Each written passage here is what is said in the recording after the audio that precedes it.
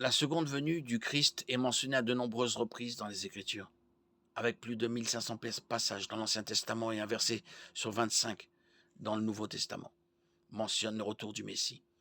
Le grand nombre de documents consacrés à cet événement important souligne ce que Dieu dit dans Amos 3,7. L'Éternel souverain ne fait rien sans révéler son secret à ses serviteurs les prophètes. Le retour du Christ apporte ce que l'on appelle le royaume de Dieu dans les Écritures, le règne absolu de Dieu sur sa création, y compris sur l'humanité.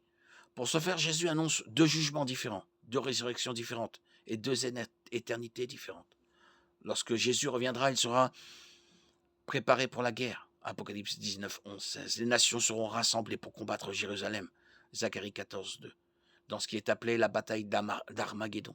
Mais ce sera le jour du retour de Jésus. Ses pieds se poseront ce jour-là sur le mont des Oliviers qui est vis-à-vis de Jérusalem, du côté est.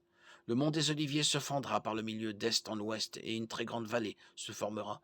Une moitié de la montagne reculera vers le nord et une moitié vers le sud. Zacharie 14, 4. Ce sera un jour unique dans l'histoire du monde. Ce jour-là, il n'y aura pas de lumière, de froid, ni de glace. Ce sera un jour unique, connu de l'Éternel et qui ne sera ni jour ni nuit. Mais vers le soir, il y aura de la lumière. Zacharie 14, 6, 7. Les ennemis de Dieu seront vaincus et l'antéchrist et le faux prophète seront jetés, vivants, dans les temps ardents de soufre brûlant. Apocalypse 19, 20. Jésus établira son royaume et le Seigneur sera roi sur toute la terre. Zacharie 14, 9.